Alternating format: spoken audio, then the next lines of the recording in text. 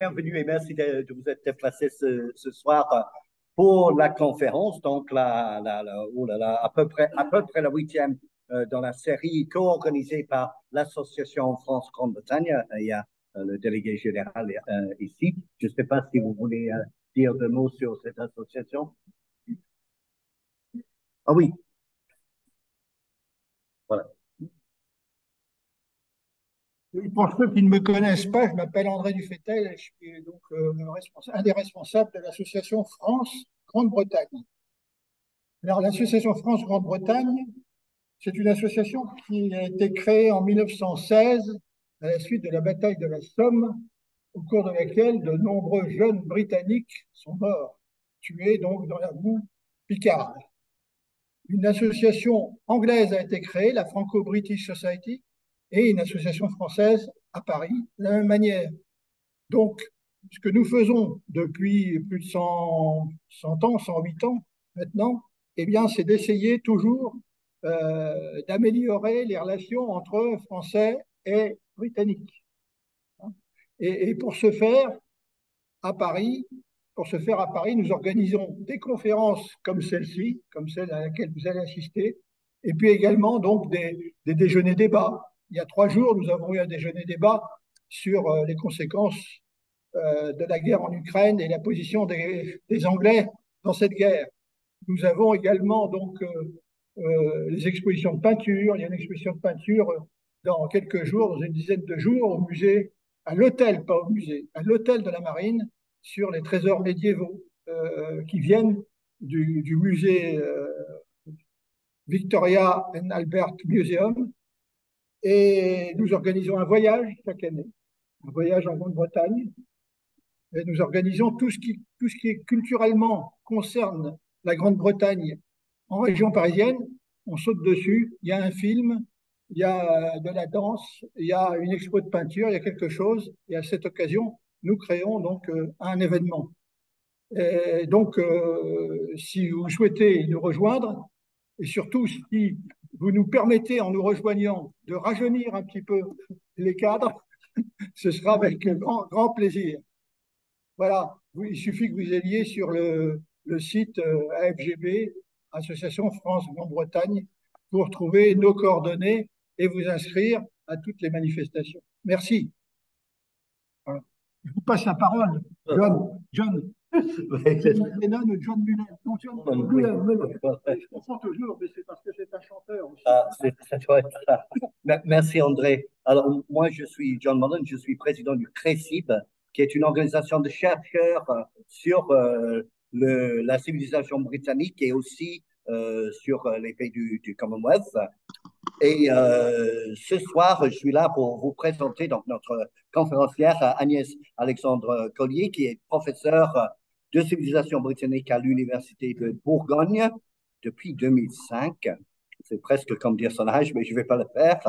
Alors là, récemment, elle a été absente de la France parce qu'elle était 2 ans à Oxford, à la Maison française d'Oxford, en détachement avec la CNRS, donc en tant que chercheuse. Et à Oxford, là, elle est devenue chercheuse associée de toute une série de collèges là-bas. Elle est auteure de nombreux articles et ouvrages. Le plus marquant pour moi, ça a été les habits neufs de David Cameron. Donc, David Cameron, pour ceux qui n'ont pas suivi dans le détail, qui était Premier ministre conservateur avant Boris Johnson, si je ne me trompe pas. Elle a aussi écrit un livre, Les conservateurs britanniques. Et là, tout récemment, deux publications un petit peu différentes. Un sur les innovations et comment les innovations reconfigurent la démocratie représentative. Et puis, un numéro d'un trimestriel sur les femmes et la politique de l'incivilité et de la discrimination qui est paru donc l'année dernière.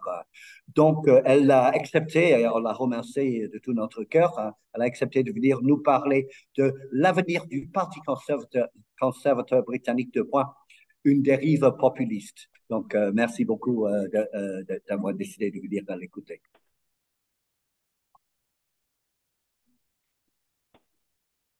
Bonjour à tous et merci beaucoup John pour cette présentation. Merci aussi à l'Association France-Grande-Bretagne de m'avoir invité à vous parler du Parti conservateur dont l'actualité, comme vous avez pu le voir ces derniers temps, a été chargée par le congrès du parti il y a quelques jours et les frasques des conservateurs, on pourra en reparler. Et donc, je vais non pas vous parler de l'avenir du Parti conservateur, parce que je n'ai pas de boule de cristal, mais en tout cas essayer d'étudier avec vous la thèse d'une dérive populiste qu'on entend souvent dans les médias pour qualifier justement le comportement et les discours de certains membres du gouvernement actuel, euh, le Premier ministre et d'autres dont on reparlera.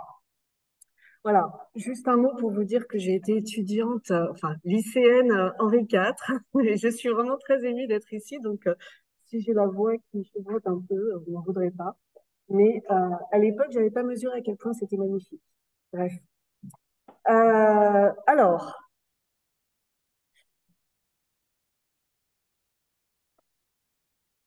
je ne peux pas avancer. Voilà, donc comme je le disais, en fait, je voudrais m'intéresser avec vous ce soir, puisque le sujet est quand même vaste, hein, le Parti conservateur britannique.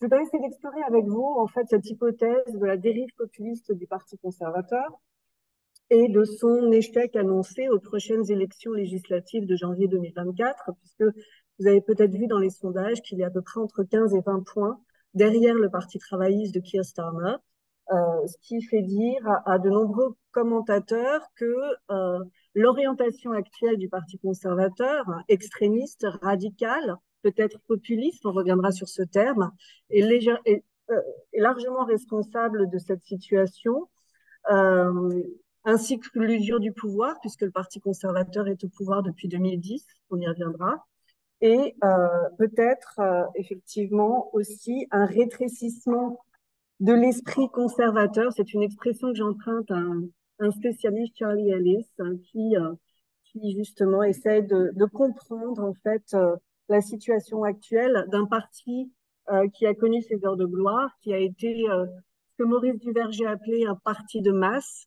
jusque dans les années 80 et qui aujourd'hui effectivement arbore un autre visage. Alors, comment expliquer cette hypothèse de la dérive populiste déjà de manière très simplement en lien avec ce qu'en disent les journalistes? C'est bien sûr l'idée d'un parti conservateur associé aux 3 temps du Brexit. Alors, le Brexit n'étant pas un phénomène unique, mais bien lié justement à ces 3 périodes que vous pouvez voir ici, à la fois le référendum du 23 juin 2016, décidé par le Premier ministre de l'époque, David Cameron, les négociations difficiles entamées par Theresa May, donc sa successeur en 2016-2019, et puis la sortie effective du pays de l'Union européenne, euh, initiée en quelque sorte par le Premier ministre Boris Johnson. Donc 3 temps forts en fait, auxquels sont associés des conservateurs très différents, dont on va reparler, avec des intentions très différentes, des styles aussi très différents, mais qui, à leur manière, et on va revenir sur ce terme de populisme, euh, caractérisent une certaine forme de populisme, y compris David Cameron. Je remercie John d'avoir parlé de mon ouvrage qui, comme on va le voir, prend la direction du Parti conservateur en 2005, est élu en 2010 dans une coalition qu'il forme avec les libéraux démocrates et prend des décisions qui seront éminemment critiquables, comme on en reparlera. L'hypothèse de cette dérive populiste est déjà alimentée de manière effectivement très simple par 2 constats. Le premier constat, c'est que le référendum de 2016 a révélé, euh, non pas, comment dire, non pas euh, fait naître, mais révélé des clivages territoriaux, sociaux et identitaires qui existaient déjà dans la société britannique et qui ont en quelque sorte explosé aux yeux du public à l'issue de ces résultats que vous pouvez voir ici.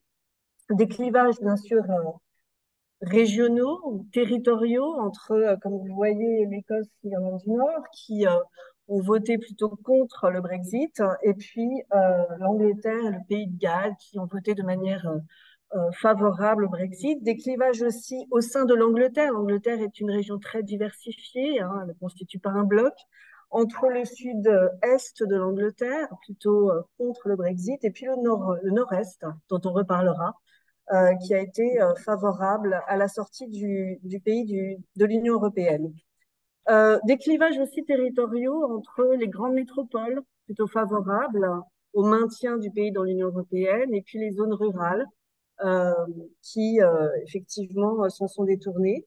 Et ce qui a fait dire à certains commentateurs que ce qu'on pouvait observer, c'était une espèce de dichotomie entre un peuple, quel qu'il soit, et qu'on aura du mal à définir, et une élite cosmopolite, métropolitaine, essentiellement représentée par par le Parti conservateur au sud-est de l'Angleterre. Donc, toutes sortes effectivement de clivages qui ont été repris par un certain nombre de spécialistes. Il y a un ouvrage que je vous recommande, qui est l'ouvrage de Maria Sobolewska et Rob Ford, qui s'appelle Brexit Land, qui montre bien justement l'ampleur de ces divisions, l'ampleur de ces clivages identitaires qui vont bien au-delà finalement des résultats du référendum et qui finalement clivent la société britannique sur des critères d'éducation, de multiculturalisme, le rapport aux régions aussi, à l'Écosse notamment et à l'Irlande du Nord, tous ces éléments qui font que ce référendum a certainement laissé une marque beaucoup plus profonde qu'il n'y paraît, au-delà effectivement de la sortie effective du pays de l'Union européenne. Et c'est un récit, le récit des clivages et des divisions, qui est repris par les acteurs politiques, bien sûr, hein, et en particulier par les conservateurs, ce qui va largement alimenter cette thèse d'une dérive populiste, puisque le leadership conservateur, de différentes manières, va se positionner du côté des Brexiteurs et incarner, ou en tout cas prétendre incarner, un peuple par rapport à une élite, encore une fois, libérale, cosmopolite, qui aurait été proche de David Cameron. Donc on reviendra sur ces divisions.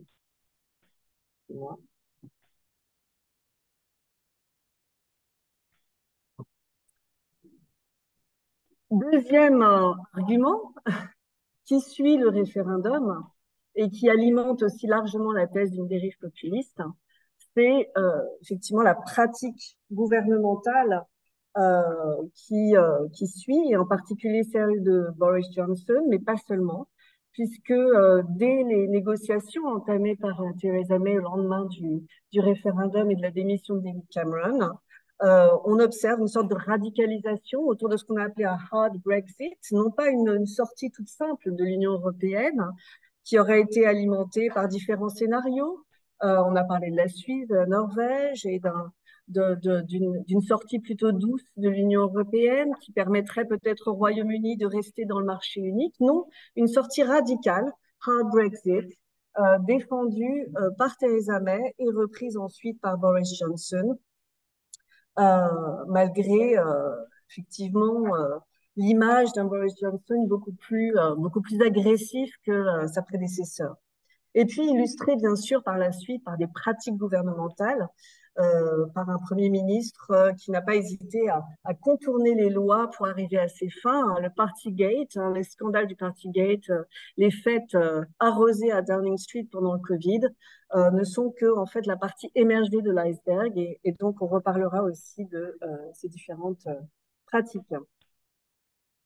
Alors en réalité, quand on regarde ces deux éléments, ces deux arguments de base, hein, on reviendra ensuite sur des arguments un peu plus profonds, c'est une hypothèse, c'est une interprétation qui est contre-intuitive quand on connaît l'histoire et l'identité du Parti conservateur.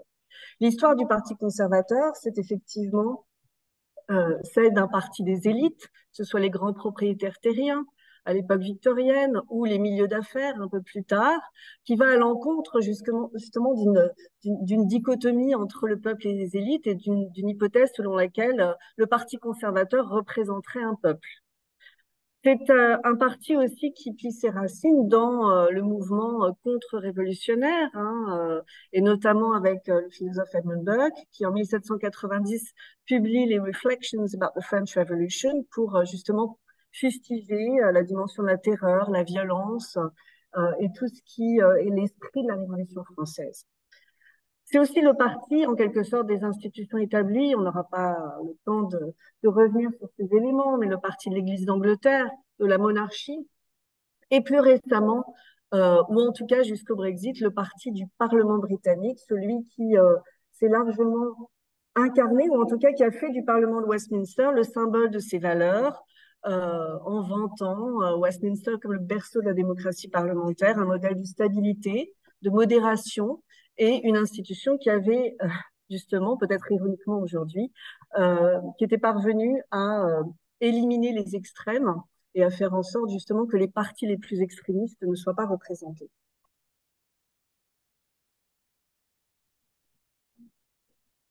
Alors, de quoi s'agit-il en fait, en réalité, quand on parle du Parti conservateur? Tout d'abord, on observe finalement que le Parti conservateur, c'est une organisation. Alors, on a coutume de dire, là je m'adresse plutôt aux étudiants, on a coutume de résumer finalement un parti politique à ses idées, ses valeurs, ses principes, son programme.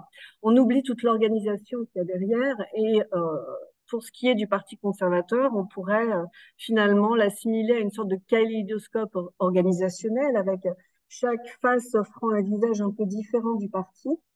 Et les quelques composants que vous voyez ici sont couramment utilisés pour qualifier l'organisation du Parti conservateur. Un leader au sommet de la structure, qui est un Premier ministre potentiel en puissance lorsque le parti forme le gouvernement. Une base parlementaire représentée par des députés qui forment la majorité lorsque le parti constitue le gouvernement. Et puis des militants, des adhérents, qui sont un petit peu la force vive du Parti conservateur, puisque, comme vous le savez, les élections se jouent dans les circonscriptions. À chaque élection législative, finalement, ce sont les militants qui vont faire campagne dans chaque circonscription, selon des méthodes assez différentes de nous, puisque certains vont frapper aux portes, discuter, distribuer des tracts et essayer de convertir les plus réticents. Donc, ces militants sont vraiment un élément assez important du parti et on fait une période relativement récente de l'histoire du Parti conservateur un peu, on va dire, le succès du Parti conservateur, notamment dans les années 80, où, comme je le disais, le Parti conservateur était ce qu'on appelle un parti de masse avec 1,5 million de militants conservateurs, d'adhérents conservateurs au cours des années Thatcher, dans les années 80. Et aujourd'hui, 10 fois moins environ. Alors, c'est très difficile d'avoir les chiffres exacts. Ils tiennent en général secret les vrais chiffres du nombre des adhérents, mais on estime entre 150 000 et 170 000 le nombre de personnes qui ont leur carte du Parti conservateur. Et c'est un véritable problème puisque ce déclin de l'organisation qu'on observe aujourd'hui se constate dans certaines circonscriptions qui sont totalement désertées par les militants et qui obligent, par exemple, le siège du parti à aller chercher dans des circonscriptions voisines des militants pour faire campagne ou à affréter des bus depuis Londres pour envoyer des militants faire campagne dans les circonscriptions les plus désertées.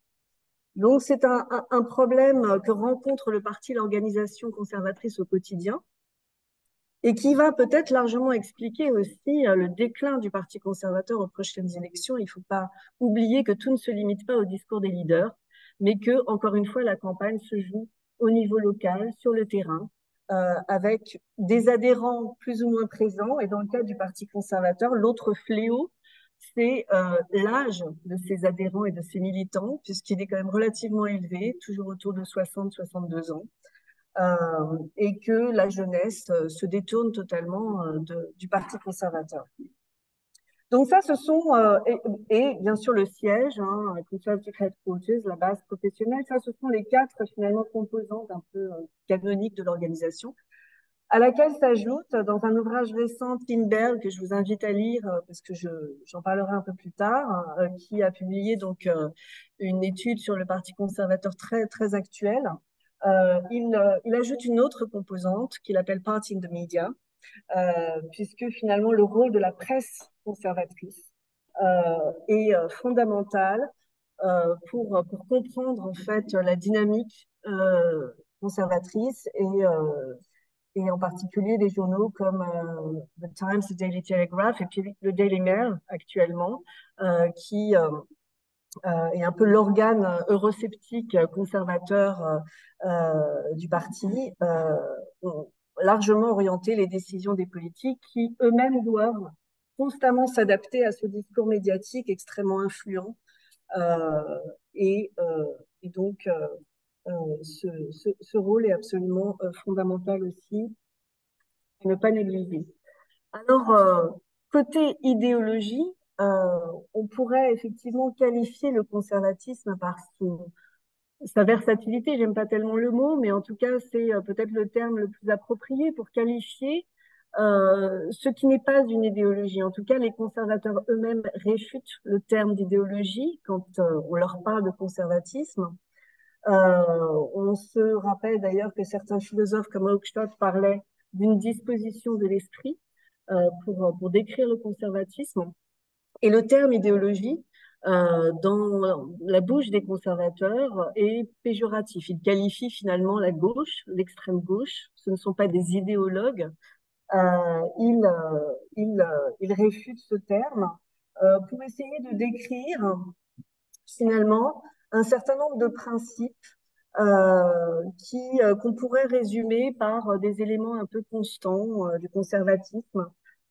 Historiquement, le conservatisme, effectivement, défend une espèce de vision organique de la société qui formerait une sorte d'écosystème ancré dans lequel les individus auraient des fonctions différentes et seraient reliés les uns aux autres par leur communauté. C'est aussi un système, voilà, de principes et d'idées qui postulent l'imperfection humaine, l'inégalité comme source de richesse, entre autres choses, et qui fonctionne sur la base d'un grand pragmatisme, d'une adaptabilité aux circonstances, et du coup aussi, du fait de cette adaptabilité aux changements et aux circonstances, une grande capacité de réforme. Une grande capacité de réforme qui va à l'encontre donc de cette espèce d'image d'immobilisme qu'on associe au conservatisme. Le conservatisme veut dire tradition, veut dire conservateur. En réalité, l'histoire du conservatisme britannique montre que cette adaptabilité et ce réformisme ont plus largement dominé que le reste. Donc, cette versatilité se retrouve aussi finalement dans la structure même du parti. C'est une structure qui défend un pluralisme idéologique, ou en tout cas une diversité de factions et de courants. C'est un peu inscrit d'ailleurs dans l'ADN du parti, hein, qui se revendique comme ce qu'on appellerait a broad church, c'est-à-dire une organisation avec des courants très variés, très diversifiés. Et donc, l'unité partisane constitue un défi permanent pour le Parti conservateur. Et la recherche de l'unité n'est pas forcément, en tout cas, ne passe pas forcément par la recherche d'un consensus. C'est plutôt dans l'équilibre des factions ou plutôt la capacité d'une faction dominante à émerger que on peut comprendre la façon dont ces factions agissent et interagissent au sein de l'organisation. Euh, Aujourd'hui, les grands débats au sein du Parti conservateur, quand on regarde un petit peu l'ensemble des courants et des factions, sont plus ou moins les mêmes depuis plusieurs années, à l'exception peut-être du dernier. Les grands débats tournent autour du rôle de l'État dans l'économie, État interventionniste, au contraire des engagements de l'État, la diplomatie, la question bien sûr de la souveraineté ou de l'indépendance du pays contre l'idée de coopération avec les autres pays. Et puis, bien sûr, très récemment, et on va y revenir, la question aussi des enjeux, des politiques, ou en tout cas des enjeux un peu sociétaux, moraux. Et ce sont ce qu'on appellerait aux États-Unis des guerres culturelles, hein, ce sont un petit peu traduits par des guerres culturelles autour d'un certain nombre d'enjeux au moment du Covid et aujourd'hui autour des questions de genre, par exemple, de climat et d'autres sujets sur lesquels on reviendra également. Alors, on va revenir à cette question du populisme hein, parce que compte tenu de ce que je viens de dire, finalement, encore une fois, la notion apparaît complètement contre-intuitive par rapport à l'identité du parti, son organisation, son pluralisme idéologique, et la notion est complexe. C'est aujourd'hui peut-être l'un des termes les plus débattus parmi les universitaires. Il y a vraiment un océan de théories et de définitions, mais qui s'articulent toutes plus ou moins autour d'un certain postulat de base, qui est que le populisme serait une sorte de mouvement, de récit autour d'une dichotomie entre une élite corrompue et un peuple pur, jamais vraiment défini, mais qui serait représenté à la tête du parti par un leader qui incarnerait ce peuple, tout en étant lui-même, et c'est peut-être le paradoxe premier du populisme, tout en étant lui-même souvent issu d'une élite sociodémographique. Dans le cas de Boris Johnson, il n'y a pas plus évident dans cette définition. C'est donc aussi un récit qui, en tout cas, véhicule une sorte de vision binaire qui va à l'encontre du pluralisme idéologique dont on a déjà parlé, pluralisme qui est d'ailleurs inhérent à nos démocraties libérales et qui sont, dans le cas du Parti conservateur, assez caractéristiques de ces clivages idéologiques qui sont vus comme nourrissant le débat interne. Donc, quelques auteurs, si ça vous intéresse, qui ont été traduits en français, notamment Cas Muddy et Jan Vernemüller, sont les auteurs justement qui abordent la question du populisme dans les démocraties libérales et notamment évoquent le cas du Parti conservateur britannique, contre-intuitif peut-être, mais en tout cas adapté à un certain nombre d'aspects du populisme dont il parle. Moi, ce qui m'intéresse plutôt, c'est une version un peu annexe du populisme qui a été évoquée par un politiste irlandais qui est décédé, Peter Mayer, qui a beaucoup travaillé sur les transformations des partis politiques et qui lui explique dans un article de 2002 en fait que il y a deux types de populisme. Il y a la substance justement et il y a l'organisation. Il y a un discours et il y a des pratiques et que pour pouvoir qualifier un parti de populiste, il faut qu'à un moment donné les deux se rejoignent. Ce qui n'empêche pas certains partis, à des moments de son histoire finalement, de basculer dans une forme de populisme ou une autre. Donc le discours, celui d'une rhétorique anti-élite, celui d'une appétence pour la post-truth et les fake news, qui caractériserait le mieux peut-être finalement la substance du populisme.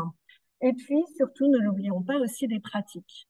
Des pratiques, ce qui permet aussi de ne pas qualifier tout le monde et n'importe qui de populiste, et qui montre bien que la conjonction de ces deux phénomènes, hein, substantiel et procédural, dans les pratiques et en particulier dans la façon dont certains mouvements utilisent des dispositifs de démocratie participative de manière systématique, par exemple l'introduction de primaires ouvertes aux citoyens, ou l'utilisation répétée de référendums, ou encore effectivement des pratiques gouvernementales qui contourneraient largement les lois et les institutions pour essayer de se reconnecter directement avec le peuple.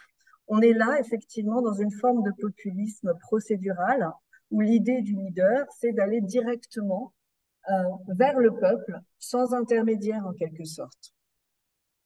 Donc c'est une définition qui me semble assez convaincante, en tout cas, pour explorer les trois phases du Parti conservateur les plus récentes, les années Cameron, les années May et les années Johnson, parce que pour moi, finalement, on retrouve quelque part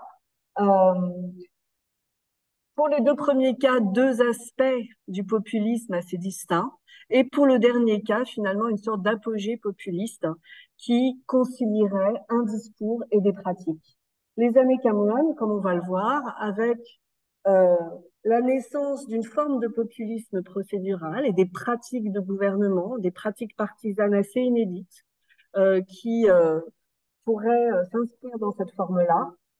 Les années mai, un peu plus tard, avec la diffusion du populisme substantiel ou de cette rhétorique anti-élite, et puis les années Johnson qui seraient en quelque sorte la réconciliation de ces deux versants du populisme.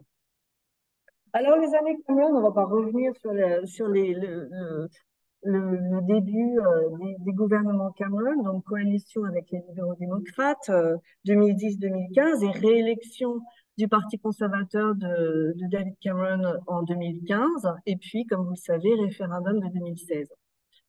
Ce qu'il faut savoir en revanche, c'est que le Parti conservateur donc revient au pouvoir en 2010 avec David Cameron, à l'issue de 13 années d'opposition travailliste, New Labour, et que finalement, l'état du Parti conservateur, dont il hérite à ce moment-là en 2010, est largement en fait l'héritier de la période qui précède, c'est-à-dire les années Thatcher et les années Major, juste avant donc l'élection de Tony Blair en 97.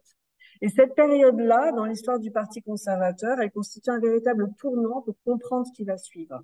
Pourquoi? Parce que dans les années 90, au moment où les conservateurs sont au pouvoir, et en particulier juste après Margaret Thatcher, donc avec l'arrivée de John Major, les conservateurs doivent affronter leur premier test, en tout cas leur première grande épreuve, qui est la ratification du traité de Maastricht, enfin, la ratification du traité d'union politique et monétaire en 92, qui commence à faire largement débat au sein du Parti conservateur. Et qui fait apparaître un premier clivage très net entre John Major, qui plaide pour la ratification du traité, et un groupuscule au sein de son parti, que la presse a commencé à appeler les Eurosceptics. Et d'ailleurs, c'est à ce moment-là que le terme est né dans la presse britannique, justement pour qualifier ces espèces de rebelles, hein, vous voyez leur visage ici, qui systématiquement, à chaque étape de la procédure de ratification, s'abstenaient ou éventuellement votaient contre. Et donc, cette faction qui émerge, euh, relativement âgée, il y en a qu'un qui a survécu, John Redwood, au premier plan, et qu'on va retrouver un peu plus tard, justement en 2010, constitue finalement le premier défi que doit essayer de surmonter David Cameron, ce clivage profond sur l'Europe, mais surtout sur la place du Royaume-Uni dans le monde, et la façon dont aussi le Parti conservateur se positionne sur la question du rôle de l'État. Parce que pour lui, la question européenne concilie finalement ces deux volets, puisque le projet européen, tel que Margaret Thatcher et d'autres par la suite l'ont évoqué, c'est un projet social-démocrate qui va à l'encontre finalement de leur vision libérale de l'Europe. Donc, la place de l'État-nation dans le monde, qui doit préserver sa souveraineté pour ses eurosceptiques et conserver les valeurs néolibérales qui ont été mises en place par Margaret Thatcher. Donc, on voit là déjà se dessiner un premier clivage qui va être déterminant, en fait, pour David Cameron. Cameron lui-même est relativement indifférent. Il fait partie de cette jeune, même s'il a été l'assistant parlementaire de Norman Lamont, donc un des eurosceptiques. Il est relativement indifférent, comme beaucoup de députés de la jeune génération, à la question européenne. Mais il n'est pas évidemment indifférent à la situation de son parti en 2010, qui, encore une fois, n'a fait que masquer ce clivage pendant les années d'opposition, pendant les années Blair. Et il est conscient en 2010 que ce clivage va, en quelque sorte, lui exploser à la figure en arrivant au pouvoir. Pendant toute cette période des années 90, en fait, le mouvement eurosceptique qui se limite à une poignée d'eurosceptiques conservateurs est surtout alimenté par tout un réseau de ressources médiatiques C'est à ce moment-là que la presse eurosceptique émerge dans toute sa violence, avec cette fameuse une du Sun Up Yours de Law contre le président de la Commission européenne, tout un faisceau de ressources médiatiques, financières aussi. On voit des hommes d'affaires émerger, notamment un franco-britannique, James Goldsmith, qui va financer la campagne eurosceptique, tout en finançant d'ailleurs celle des souverainistes français comme Philippe de Villiers et Philippe Séguin à ce moment-là. Goldsmith étant franco-britannique, il va jouer et intervenir dans les deux pays de manière très nette. Et au moment notamment des élections européennes de 94, on verra de temps en temps James Goldsmith aux côtés des listes souverainistes de Philippe de Villiers dans justement cette volonté de structurer une mobilisation eurosceptique à ce moment-là limitée au traité de Maastricht. Il hérite donc de ce parti divisé sur la question européenne, mais il est, en tout cas c'est ce qu'il prétend être, un modernisateur, ce qu'un journaliste a appelé un mod versus the rockers, les traditionnalistes. David Cameron se présente un peu comme le Blair conservateur. Il est jeune, il est partisan du partage des tâches, il s'occupe de ses enfants, il circule à vélo, il est intéressé par l'environnement. Et donc, il se met en tête de vouloir, et c'est l'expression qui est utilisée, décontaminer la marque conservatrice, parce que la marque conservatrice, pour grand nombre de conservateurs, c'est celle d'un méchant parti.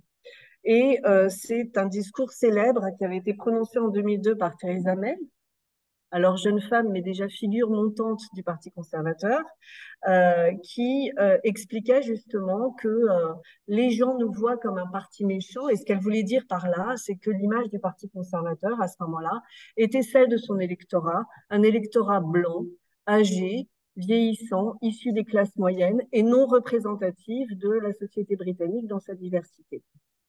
Donc David Cameron se met en tête d'essayer de moderniser, de décontaminer la marque conservatrice. C'est un homme de communication, il a travaillé dans les relations publiques, donc il met en place des dispositifs très novateurs, le Wet Cameron, où il se met en scène dans sa cuisine en train de faire la vaisselle et parler de politique étrangère. Il continue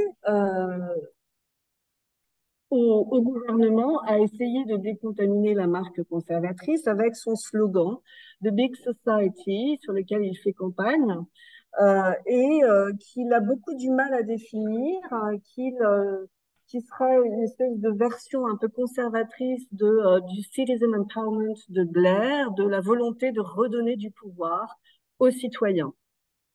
Et cette volonté de redonner du pouvoir aux citoyens, en fait, va s'avérer très différente une fois le Parti conservateur élu, puisque la Big Society va devenir un ensemble de politiques pour réduire les dépenses publiques, pour arrêter les subventions aux associations, augmenter les frais d'inscription à l'université, précariser l'emploi avec les zero-hour contracts. Et on voit bien que derrière la Big Society émerge finalement au moment du gouvernement Cameron, une politique d'austérité qui ne correspond pas vraiment à l'image, en tout cas à cette stratégie de décontamination qu'il avait en tête. Il poursuit sa quête de la décontamination, sa modernisation du Parti conservateur, et il le fait au sein du Parti conservateur. Et là, il va mettre en place un dispositif très intéressant dans le contexte actuel, qui va s'appeler la A-List. Alors, qu'est-ce que la A-List en 2005, donc avant même l'élection de 2010? La A-List est un dispositif qui favorise la sélection de candidats parlementaires issus des minorités. Plus de femmes, plus de minorités ethniques, plus de personnes handicapées, etc.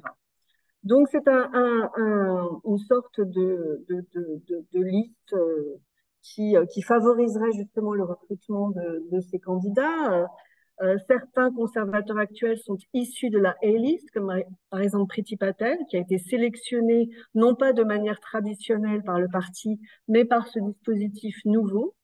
Il s'agissait en fait pour le siège finalement de contourner les prérogatives des circonscriptions pour sélectionner leurs candidats et de sélectionner directement parmi les minorités pour faire du parti un parti plus représentatif de la société qu'il ne l'était jusqu'à présent.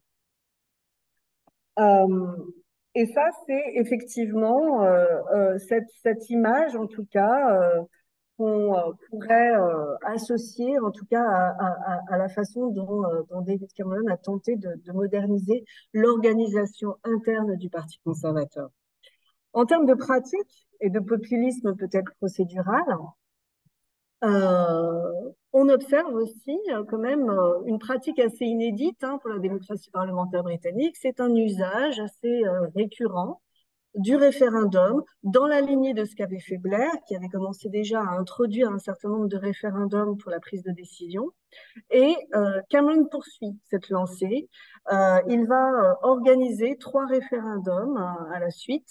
Un référendum sur le mode de scrutin en 2011, le référendum sur l'indépendance écossaise en 2014 et l'indépendance, bien sûr, sur le Brexit. Et c'est là que je voudrais m'arrêter parce qu'on a souvent entendu la thèse du référendum de 2016 comme un pari, une erreur stupide. Il y a sans doute un peu de vrai dans cette hypothèse, commise par un Premier ministre péchant peut-être par excès d'optimisme et de confiance.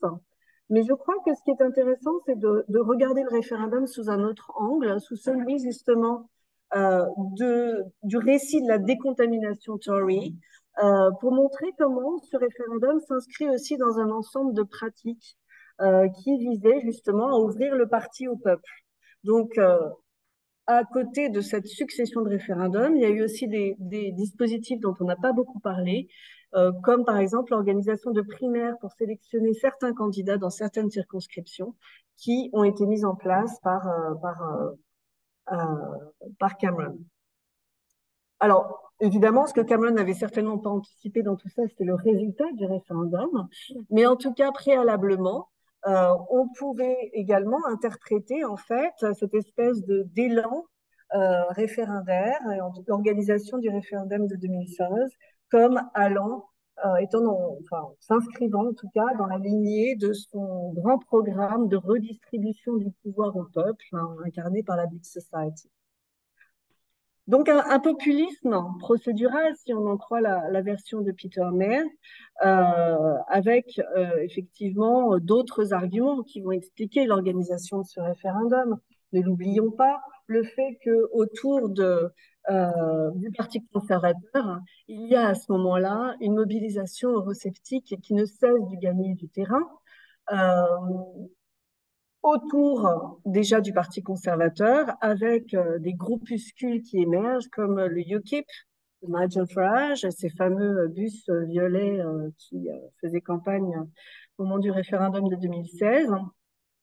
Et à l'intérieur du parti aussi, des groupuscules moins visibles, un peu occultés à ce moment-là par le charisme flamboyant de Nigel Farage, mais existant déjà, et qui vont émerger un peu plus tard, notamment le European Research Group, la faction conservatrice de hard Brexiters, avec des gens comme Jacob Rees-Mogg, vous en avez peut-être entendu parler, qu'on voit au premier plan, au milieu, et d'autres conservateurs, notamment aussi des conservateurs eurosceptiques de l'ancienne génération qui réapparaissent à ce moment-là.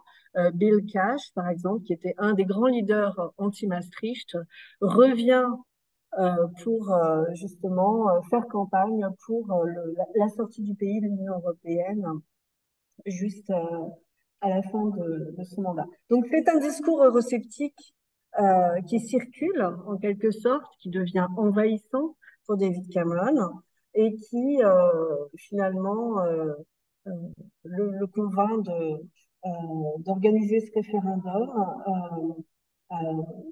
qui est un peu la conjonction d'un certain nombre de circonstances favorables à l'organisation de ce référendum. Voilà, j'essaie de vous donner en tout cas un autre éclairage sur ce référendum de 2016 que celui un peu court à mon sens de l'erreur ou le pari, même s'il y a certainement aussi une part de vrai là-dedans.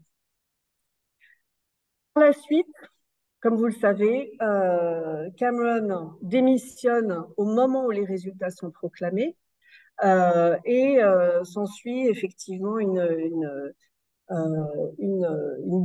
guerre de chefs pour essayer de désigner et d'élire le nouveau leader du parti.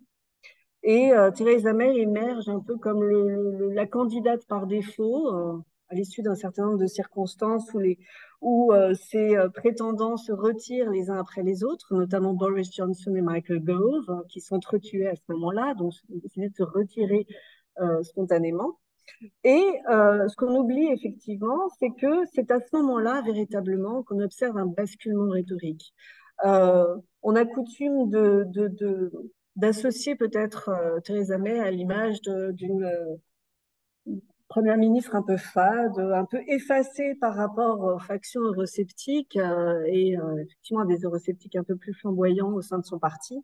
Mais en réalité, c'est elle qui, dans son discours, va reprendre cette thématique-là, le fameux discours notamment qui va engendrer un certain nombre de publications. If you believe you're a citizen of the world, you're a citizen of nowhere. Elle a vraiment, en tout cas, essayé d'incarner ce hard Brexit euh, de manière déterminée, même si ses faibles, on va dire, compétences communicationnelles la rendent relativement inaudible par rapport aux hommes eurosceptiques et à ses détracteurs au sein du parti.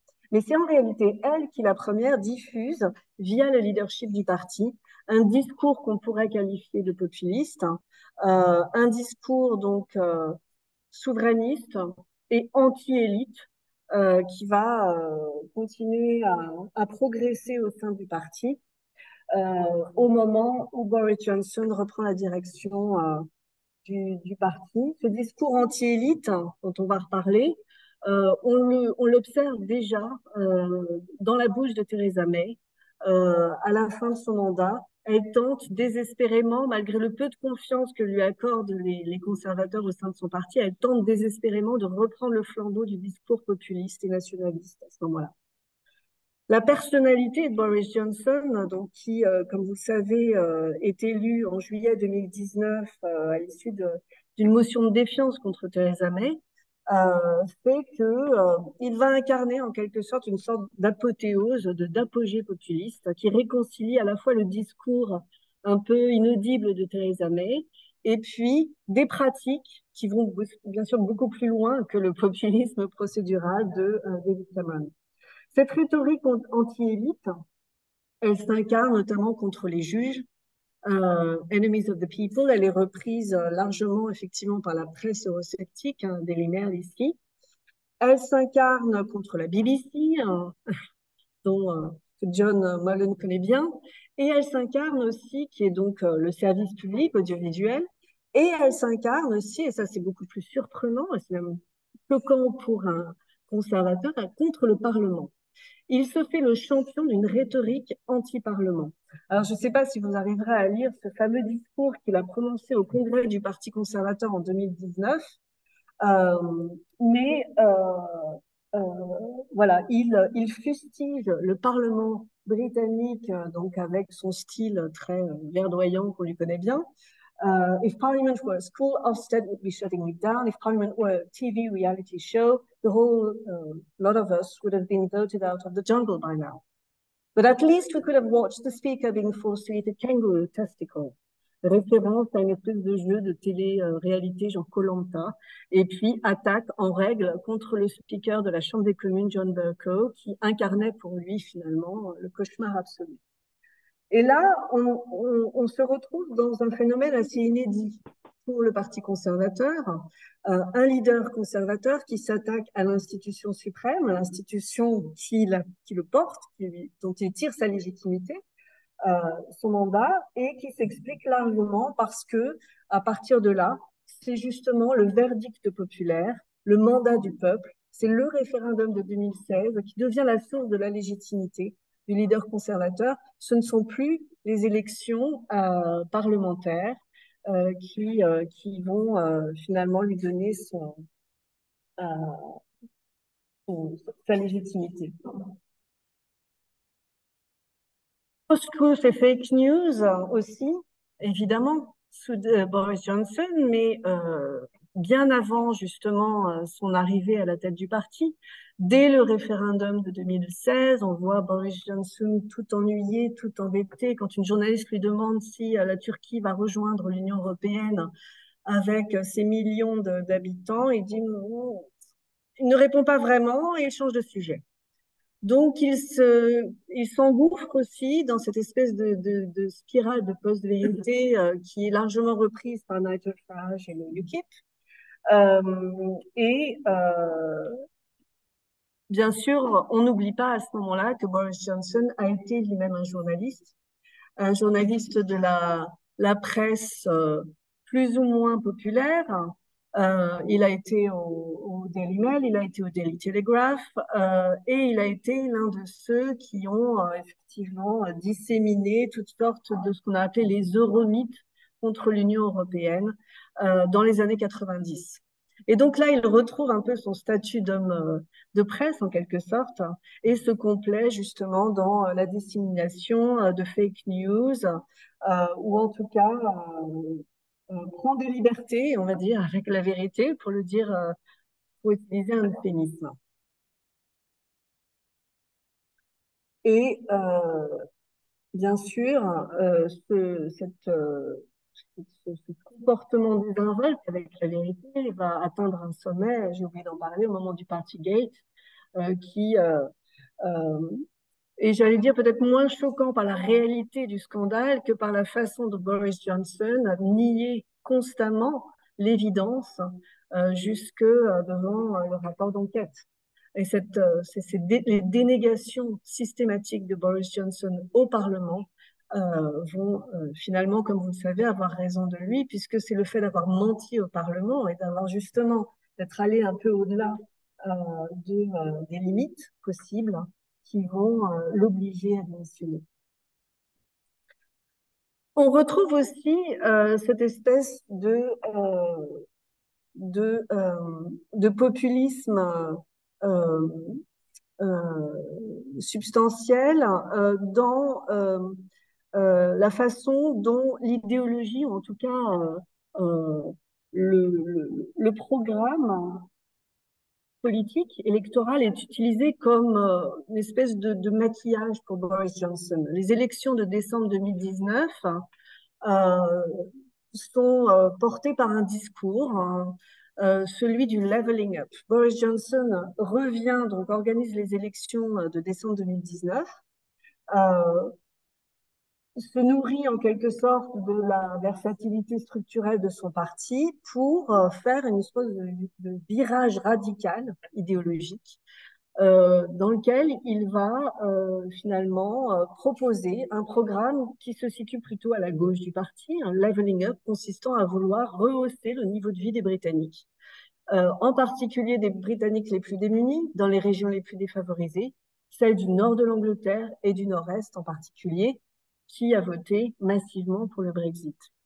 Et là, tout le monde est un peu pris de court par rapport en tout cas, aux racines idéologiques du parti et puis à l'identité de Boris Johnson.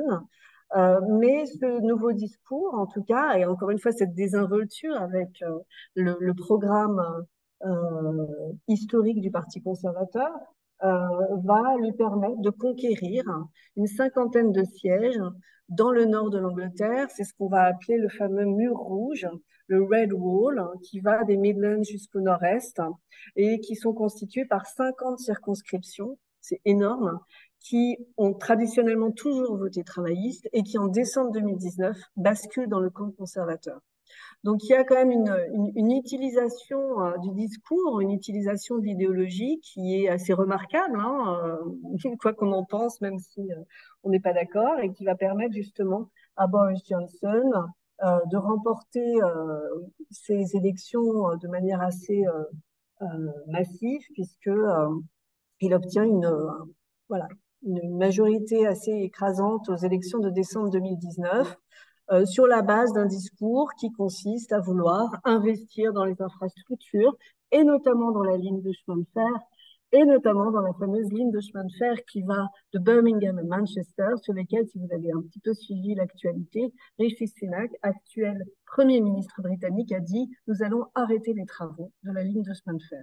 Ce qui est une décision d'autant plus choquante qu'elle faisait partie du programme du Parti conservateur en décembre 2019, sur la base duquel le Parti conservateur est toujours au pouvoir, et qu'en principe, un parti conservateur doit s'en tenir au manifeste électoral, hein, institutionnellement c'est comme ça que ça se passe, au manifeste électoral sur lequel il a été élu. Or, le Parti conservateur, c'est toujours le manifeste électoral de décembre 2019, donc celui de Boris Johnson, celui de Levelling Up, et malgré le changement de dirigeant, et malgré un discours qui change aujourd'hui radicalement, on a effectivement une situation assez conflictuelle entre un discours qui a permis à ces conservateurs d'être élus dans ces circonscriptions, et puis des leaders qui renient en quelque sorte le manifeste de décembre 2019. Et à ce moment-là, le parti de Boris Johnson, autour de cette question du levelling up, est structuré par un grand nombre de factions. Et ça, c'est ce qu'on oublie souvent de dire, c'est que pour autant, tout d'un coup, Boris Johnson n'a pas unifié le parti autour de sa personne. Au contraire, le levelling up et par la suite la gestion de la pandémie va faire émerger un grand nombre de cliques moins visible médiatiquement, certainement, mais tout aussi présente, avec une multiplication de groupes qui émergent quasiment toutes les semaines sur un grand nombre d'enjeux. On retrouve par exemple un groupe qui s'appelait le Northern Research Group qui rassemble justement ces députés du Nord qui viennent d'être élus. On retrouve un autre groupe qui s'appelle le Covid Recovery Group qui rassemble des députés qui vont critiquer la politique gouvernementale sur la gestion de la pandémie et d'autres factions dont je reparlerai. Donc pour autant, derrière l'image d'unité de Boris Johnson, le Parti conservateur continue à se diviser, continue en tout cas à se factionnaliser, si je peux utiliser ce terme qui n'est pas très joli. Et à l'apogée du populisme procédural, il y a bien sûr une pratique du pouvoir qui est totalement inédite, peut-être scandaleuse, au point, d'ailleurs, si ça vous intéresse, qu'une équipe de chercheurs ici a produit un article très intéressant en ligne sur leur blog qui s'appelle The Constitution Unit.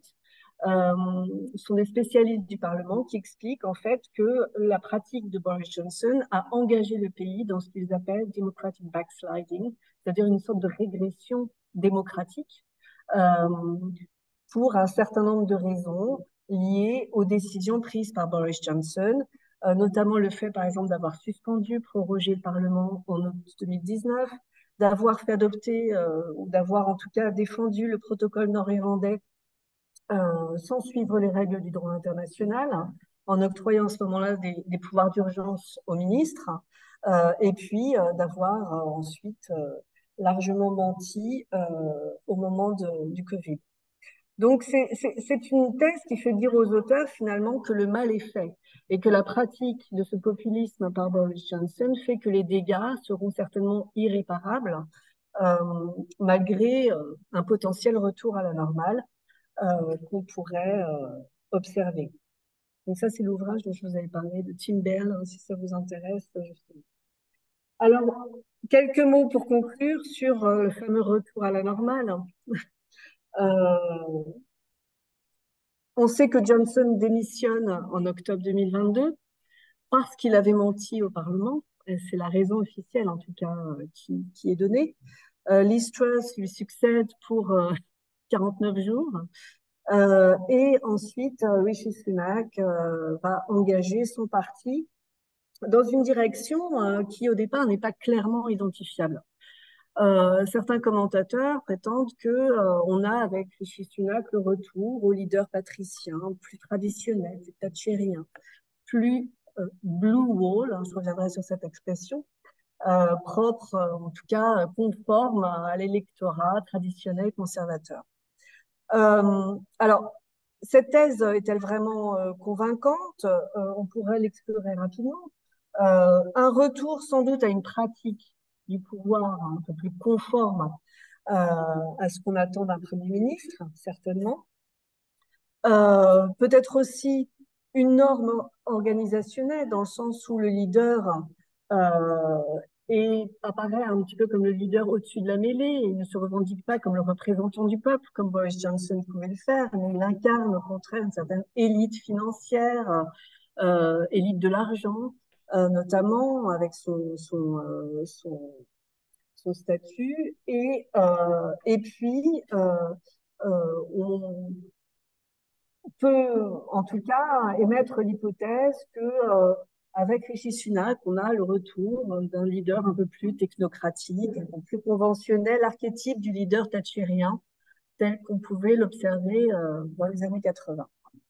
En réalité, et c'est ce que dit Tyndall dans son livre, il surfe sur des enjeux qui sont très ancrés à la droite, voire à l'extrême droite du parti, qu'on pourrait qualifier de populiste, même si le populisme ici, pour moi, s'arrête là, puisque la distance qu'il marque avec le peuple, pour moi, l'empêche justement d'incarner, à l'image de Boris Johnson, cette espèce de nouveau populisme britannique. Mais en tout cas, il est clair qu'on observe un espèce de virage à l'extrême droite du parti sur des questions d'immigration, de fiscalité, le climat, notamment, on l'a vu très récemment.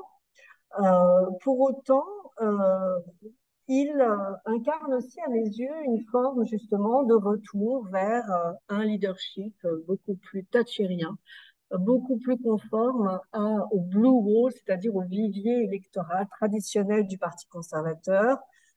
Il est lui-même issu de la finance. Il a une espèce d'obsession, par exemple, pour l'intelligence artificielle, pour les nouvelles technologies. Il met fin aux investissements dans le Nord avec la fameuse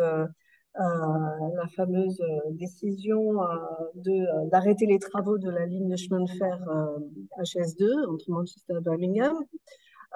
Et puis, il, en tout cas, se détourne de cette image du leveling up qui permettait à Johnson de se positionner du côté des laissés pour compte de left behind, des laissés pour compte de la globalisation. Donc, on pourrait dire, c'est un premier argument en tout cas, que plutôt qu'une dérive populiste, il incarne une dérive véritablement droitière. En réalité, ce discours populiste, il circule bien, mais il circule autour de Sunak.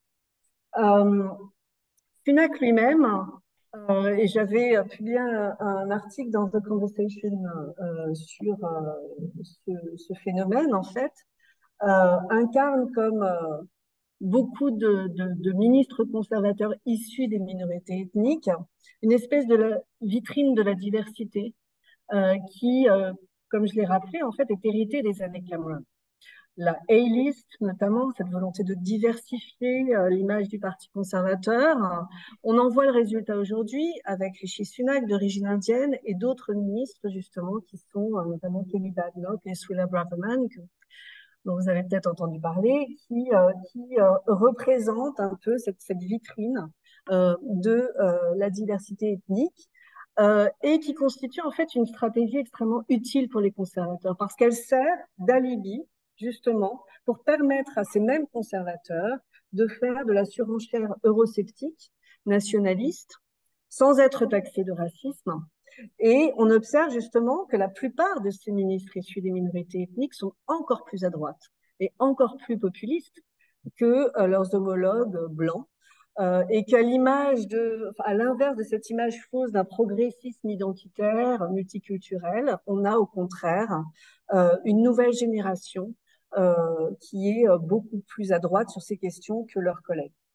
Et comme je le disais, le populisme, s'il existe, il circule largement autour de Sunak, avec des figures dont on va certainement entendre parler. Vous reconnaissez peut-être Suella Braverman à gauche, Kemi Badenoch, nigériane à droite, deux ministres du gouvernement Sunak, qui se complaisent régulièrement avec plus ou moins d'agressivité. Suella Braverman étant certainement encore plus agressive que sa collègue, comme vous avez peut-être vu son discours au moment du congrès conservateur dans lequel elle a dénoncé ce qu'elle a appelé l'ouragan de l'immigration, de l'invasion des migrants. Elle a appelé ça un ouragan, ce qui rappelle effectivement le discours, par exemple, le discours d'Enoch Powell en 68. Donc, on a beaucoup comparé finalement Suella Braverman à Badnoch, pardon, à Enoch Powell.